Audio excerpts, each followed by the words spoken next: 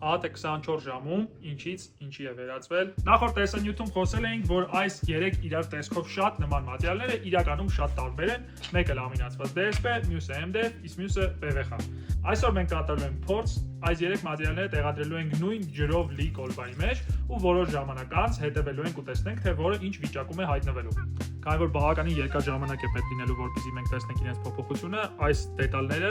մեր աշխատակցին իրենց տանը կոլբայի մեջ կտեղադրի եւ մի որոշ ժամանակ անց մենք կտեսնենք, թե որը ինչ վիճակում է հայտնվել, իսկ արդեն տեսանյութի վերջում իրենց արդեն բացված, ձևափոխված կամ փոփոխված կամ միգուցե չփոփոխված վիճակում տեսնենք ու հասկանանք, թե որը ինչի համար է կարելի կիրառել։ Դե ինչ, եկեք սկսենք։ Արդեն ունենք մեր ջրով լի տարան, որում էլ կկատարենք մեր փորձը եւ 3 նյութերը։ Անցավ մոտավորապես 6 ժամ եւ մենք ունենք այս արդյունքը։ Անցել է արդեն 24 ժամ, ինչ մենք սկսել ենք դետալների տեստավորումը ու հիմա կտեսնենք, թե ամեն մատերիալը ինչ տեսք ունի ջրի մեջ 24 ժամ մնալուց հետո։ Լամինացված DSP